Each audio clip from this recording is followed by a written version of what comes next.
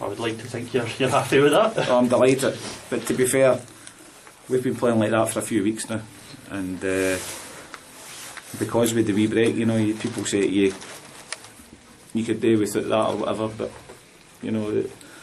we've got good competition for places in our team.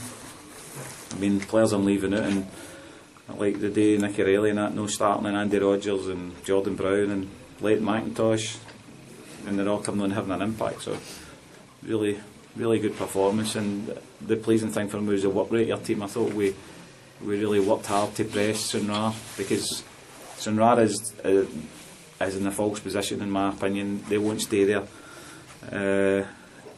and that's a fantastic result against a good team in my opinion. So I think that's taking out the cup game. It's 10 unbeaten. It's the first time since 2014 for 4 wins on the spin.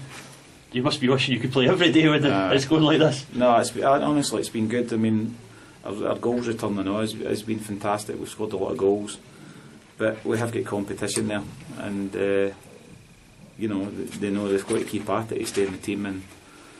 And but we've also got, I thought, with big performances today, apart from Shane Sutherland, I thought was fantastic. I thought Simon Ferry and Kevin Jerzaski in the middle were excellent, and it was a great team performance. But the engine room was good, and as I say, we kept a good team in my opinion out the game. I think only one team mastered the conditions as well. Well, we did say before the game to make sure we got the ball quickly up to our strikers, because they're both in good form, and just try and get in behind and turn them, and especially even late on, we having the pacey Leighton take them on. We knew we could hurt them, so that was just. I just think we won the battle to a certain extent, and then our players played well in the bargain. It doesn't give you any kind of problem having that kind of competition in the team, because obviously the guys coming on, as you say, had an impact. The guys who started the game combined really well, particularly up front.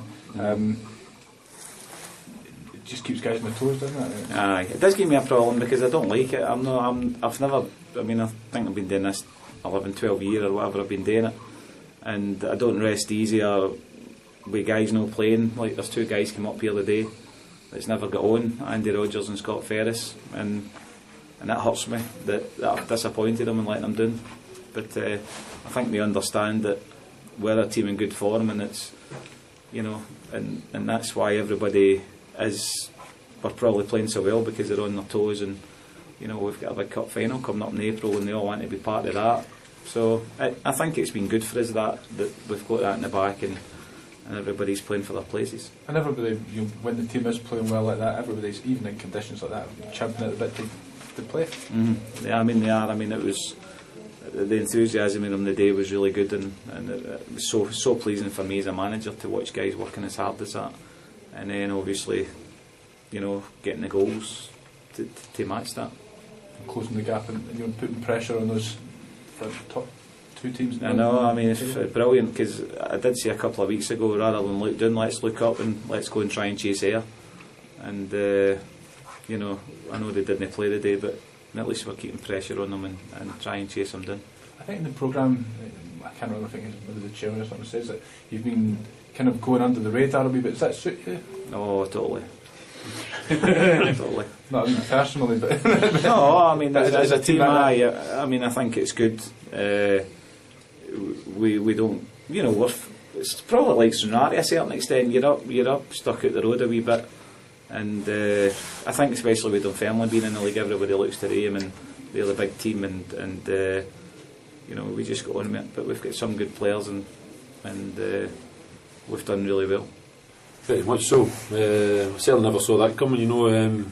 Back to the days of players performing at 3 or 4 out of 10, and we'd probably 10 of them at that level a day. Only Kearney probably pass marks for me, so we look certainly very way off it.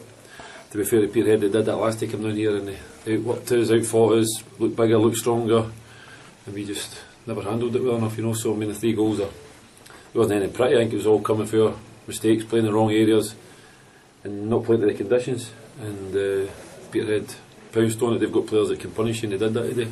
it looked like Peterhead got to grips with the pitch a bit quicker than yourselves. Well, I say that, I mean, it's a heavy part. I'm not making excuses, it's the same for two teams, but I don't know what players have got on their feet, if it's blades and stuff like that, you know, so people laugh when I talk about, used to wear rugby studs and stuff like that when I played, you know, big long aluminium rugby studs, and there's a lot to be said for it, you know, it's not a laughing matter when players are slipping in important times and losing the goals in the manner we did, so it's certainly a very, very bad day at the office, whether it was a hangover from the Celtic game or not, or, as I say, but we're certainly not going to make excuses. It was certainly very, very poor today and unacceptable, so the players have been told that. So much has been positive recently. It looked like, you know, you were really starting to build some momentum. I mean, there was a Stennismuir, Ayr, I mean, even Celtic, you know, there was positives to take from that. Yeah. It must be a real kick in the stomach. Exactly, as I say, that's how in football it's ups and downs, you know, and I certainly never saw it coming because we've worked well this week, we trained well, worked in our shape, but as I say, we looked for some reason really off it today, you know, so which is the biggest disappointment because it was an opportunity for us to maybe take advantage of the only game finished today in League One, you know, and we let that slip through, so I say it's a disappointment for us, you know, and but we've got to pick ourselves up, you know, so I certainly take credit. I mean, Peterhead I thought were very, very good today and they punished us and worked harder than us, and as I say, that's, I think obviously against maybe teams that maybe not at that end of the table might have been a wee bit easier for us, but that's to say, it's still not excusing our low par performance. And what would you tell them? Do you tell them to forget about it, or do you dissect it with them?